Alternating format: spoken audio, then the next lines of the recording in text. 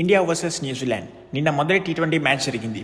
బ్యాటింగ్కు అనుకూలించిన ఈ పిచ్ పైన భారత బ్యాటర్స్ చెలరేగిపోయారు. 20 ఓవర్లలో 238 రన్స్ స్కోర్ చేశాడు.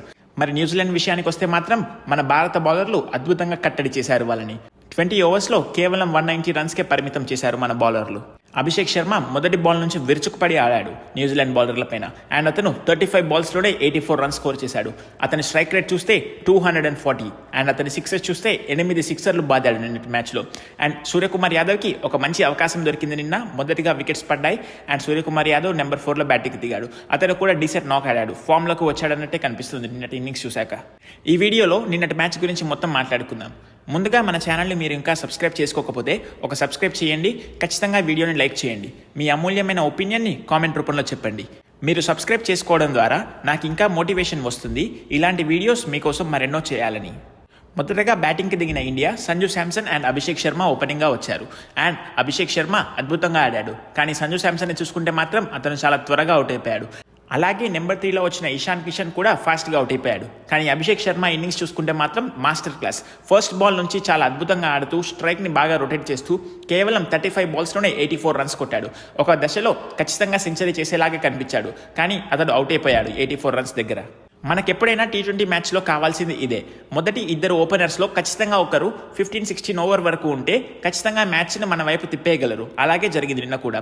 అభిషేక్ శర్మ చాలా అద్భుతంగా ఆడి 84 రన్స్ దగ్గర అవుట్ అయినప్పటికీ టీమ్ స్థితిని చూసుకుంటే మాత్రం చాలా అద్భుతమైన స్థితిలో ఉంచి అవుట్ అయిపోయాడు అభిషేక్ శర్మ. అతను ఇలాగే ఫామ్ కంటిన్యూ చేసి వరల్డ్ కప్లో కూడా ఇలాగే అద్భుతంగా ఆడాలని నేనైతే ఆశిస్తున్నాను. మరో ప్లేయర్ సంజు శాంసన్ గురించి మాట్లాడుకుంటే అతను చాలా ఫాస్ట్గా అవుట్ అయిపోయాడు. అతనికి బ్యాకప్గా వచ్చిన ఇషాన్ కిషన్ కూడా ఫాస్ట్గానే అవుట్ అయిపోయాడు. మరి ఇషాన్ కిషన్కి అయితే ఇంకో 2 మ్యాచ్లో ఖచ్చితంగా అవకాశం వస్తుంది. ఎందుకంటే Tilak Varma 4th and 5th T20 మ్యాచ్లో వచ్చే అవకాశం ఉంది. కానీ అది కన్ఫర్మ్ కాలేదు. సో ఇప్పటికైతే ఖచ్చితంగా ఇంకో 2 మ్యాచెస్ ఇషాన్ కిషన్ ఆడతాడు. మరి చూడాలి ఇషాన్ కిషన్ అండ్ ఆల్సో సంజు శాంసన్ ఆ 2 మ్యాచెస్లో ఎలా ఆడతారని. మన కెప్టెన్ సూర్యకుమార్ యాదవ్ గురించి చూసుకుంటే 2 వికెట్లు త్వరగా పడగానే సూర్యకుమార్ యాదవ్ ఎట్ నెంబర్ 4 వచ్చాడు. కానీ అతడు మాత్రం చాలా అద్భుతంగా ఆడాడు. మనం ముందటి వీడియోలో మాట్లాడుకున్నట్టు అతనికి కొంచెం క్రీజ్ మీద టైం ఉండాలి అనుకున్నాం. అండ్ నిన్న అదే చేశాడు. 22 బాల్స్లో 32 రన్స్ స్కోర్ చేశాడు. అదేమంత గొప్ప ఇన్నింగ్స్ కాకపోయినా కానీ చాలా డీసెంట్ ఇన్నింగ్స్ అని చెప్పుకోవాలి. స్పెషల్లీ సూర్యకుమార్ యాదవ్ అసలు ఈ మధ్య ఫామ్లోనే లేడు. కానీ ఈ ఇన్నింగ్స్ చూస్తే మాత్రం ఫామ్లోకి వచ్చాడని అనిపిస్తుంది. అండ్ నెక్స్ట్ మ్యాచెస్లో అతని ఈ ఫామ్ని కంటిన్యూ చేయాలని నేనైతే కోరుకుంటున్నాను. ఇక లాస్ట్లో వచ్చిన రింకు సింగ్ యాజ్ అ ఫినిషర్గా చాలా అద్భుతంగా ఆడాడు. కేవలం 20 బాల్స్లోనే 44 రన్స్ స్కోర్ చేశాడు. 4 4లో 3 సిక్సర్లతో విరుచుకుపడ్డాడు అతడు. అతడి స్ట్రైక్ రేట్ 220. లాస్ట్ ఓవర్లో అయితే చాలా అద్భుతంగా ఆడాడు రింకు సింగ్. రింకు సింగ్కి ఇలాగే అద్భుతమైన మ్యాచ్ అవకాశాలు ఇస్తే చాలా ఇంకా మెరుగుపడతాడు. మనందరికీ తెలిసిందే రింకు సింగ్ చాలా అద్భుతమైన ఫినిషర్ అని.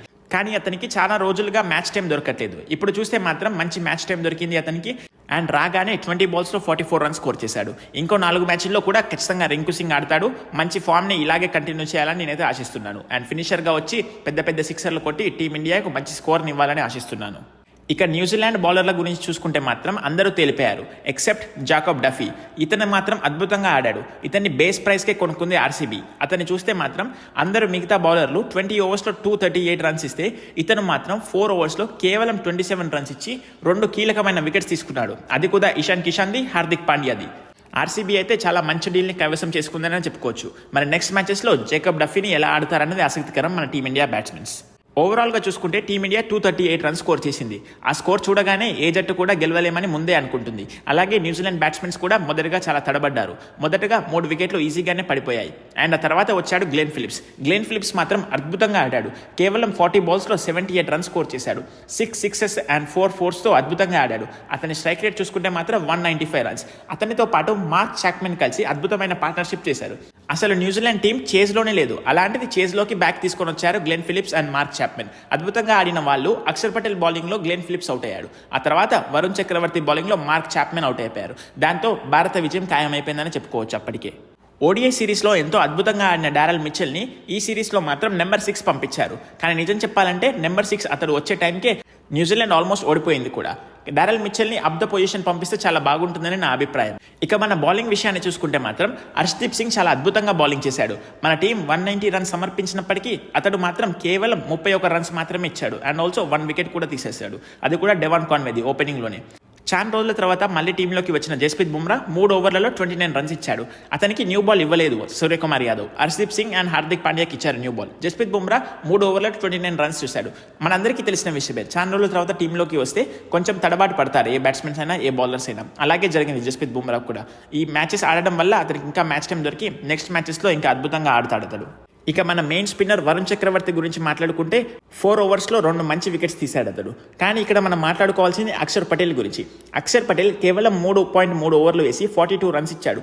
అతని ఎకానమీ చూసుకుంటే 12 ఉంది, అంటే ప్రతి బాల్కి 2 పరుగులు ఇస్తున్నాడు అతను. అండ్ ఒక వికెట్ కూడా తీసేశాడు. కానీ నిజం చెప్పాలి అంటే ఇక్కడ ఏమైందంటే అక్షర్ పటేల్కి ఇంజురీ అయింది. అతని చేయికి గాయం అవ్వడం వల్ల అతడు 4 ఓవర్ల కోటాను పూర్తి చేయలేకపోయాడు. మిగిలి ఉన్న 3 బాళ్లను అభిషేక్ శర్మ బౌలింగ్ వేశాడు. టీమిండియాకి ఇంజురీ సమస్యలు చాలా ఉన్నాయి. ముందుగా మనందరికీ తెలిసిందే, తిలక్ వర్మకి సర్జరీయే, అతడు రికవరీలో ఉన్నాడు. అండ్ ఆల్సో వాషింగ్టన్ సుందర్ ఎప్పుడు వస్తాడో మనందరికీ తెలియదు. ఇప్పుడు చూసుకుంటే ఏమో అక్షర్ పటేల్కి కూడా గాయమైంది. మరి ఇప్పుడు అక్షర్ పటేల్ ఒకవేళ నెక్స్ట్ మ్యాచ్ ఆడకపోతే ఎవరు ఆడతారన్నది ఆసక్తికరం.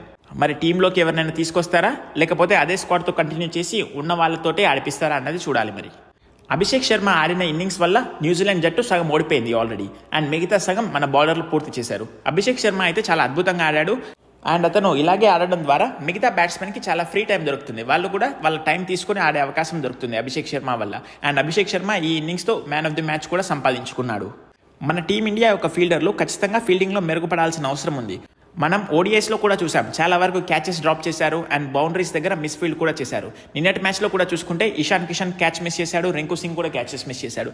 ఇలాంటి క్యాచెస్ చాలా క్రూషియల్ అవుతాయి టైట్ గేమ్స్లో. మరి నెక్స్ట్ మ్యాచ్లో మన భారత జట్టు ఫీల్డర్లు ఎలా పర్ఫామ్ చేస్తారన్నది ఆసక్తికరం. ఇదండి India versus New Zealand first T20 match యొక్క రివ్యూ. ఇక్కడ మనం ఇంకొక విషయం మాట్లాడుకోవాలి, అదే బంగ్లాదేశ్ క్రికెట్ జట్టు గురించి. ఎందుకంటే మనందరికీ తెలిసిన విషయమే, వాళ్ళు T20 వరల్డ్ కప్కి ఇండియాకి రాము, మా మ్యాచెస్ని శ్రీలంకలో జరపండి అని రిక్వెస్ట్ చేశారు ఐసీసీకి. కానీ ఐసీసీ మాత్రం దానికి నిరాకరించింది. ఆడితే ఆడండి, లేకపోతే మ్యాచ్ పాయింట్స్ని వదిలేసుకోండి అని చెప్పింది క్లియర్గా. ఇప్పుడు చూస్తే మాత్రం ఐసీసీ 24 అవర్స్ టైం ఇచ్చింది వాళ్ళకి. ఇండియాలో ఆడితే ఖచ్చితంగా ఇండియాలోనే ఆడాలి, మీ మ్యాచెస్ని అయితే శ్రీలంకకి తరలించము అని చెప్పింది. ఇప్పుడు బంగ్లాదేశ్ క్రికెట్ బోర్డుకు మాత్రం వేరే ఆప్షన్ లేదు, ఆడితే ఖచ్చితంగా ఇండియాలోనే ఆడాలి. ఒకవేళ వాళ్ళు ఇండియాకి రాకపోతే మాత్రం బంగ్లాదేశ్ టీం ప్లేస్లో స్కాట్లాండ్ ఆడుతుంది. అదే మ్యాచెస్ అన్ని స్కాట్లాండ్ ఆడుతుంది. ఇక చూడాలి మరి బంగ్లాదేశ్ క్రికెట్ బోర్డు ఎలాంటి నిర్ణయం తీసుకుంటారను. నాకు తెలిసినంత వరకు అయితే బంగ్లాదేశ్ క్రికెట్ బోర్డు మీద మెరుపులు చూపిస్తున్నారు. ఖచ్చితంగా వాళ్ళు ఇండియాకి వచ్చి T20 వరల్డ్ కప్ ఆడతారు. కానీ ముస్తఫిజుర్ రెహమాన్ కేకేఆర్ నుంచి తొలగించారని ఇదంతా డ్రామా చేస్తున్నారు వాళ్ళు. కానీ నిజం చెప్పాలంటే వాళ్ళు ఒకవేళ ఐసీసీ వరల్డ్ కప్ ఆడిపోతే మాత్రం ఖచ్చితంగా హ్యూజ్ ఫైనాన్షియల్ లాస్ ఉంటుంది వాళ్ళ ప్లేయర్స్కి. మరి చూడాలి ఈ 24 అవర్స్లో ఎలాంటి నిర్ణయాలు తీసుకుంటారో బంగ్లాదేశ్ క్రికెట్ బోర్డు. ఇవ్వండి ఇప్పటి వరకు ఉన్న క్రికెట్ అప్డేట్స్. ఈ వీడియో కనుక మీకు నచ్చినట్టయితే ఖచ్చితంగా వీడియోని లైక్ చేయండి, ఛానల్ని సబ్స్క్రైబ్ చేసుకోండి. మీ అమూల్యమైన ఒపీనియన్ని కామెంట్ రూపంలో చెప్పండి. మీరు సబ్స్క్రైబ్ చేసుకోవడం ద్వారా నాకు ఇంకా మోటివేషన్ వస్తుంది ఇలాంటి వీడియోస్ మీకోసం మరెన్నో చేయాలని. Thank you guys for watching. See you in the next video.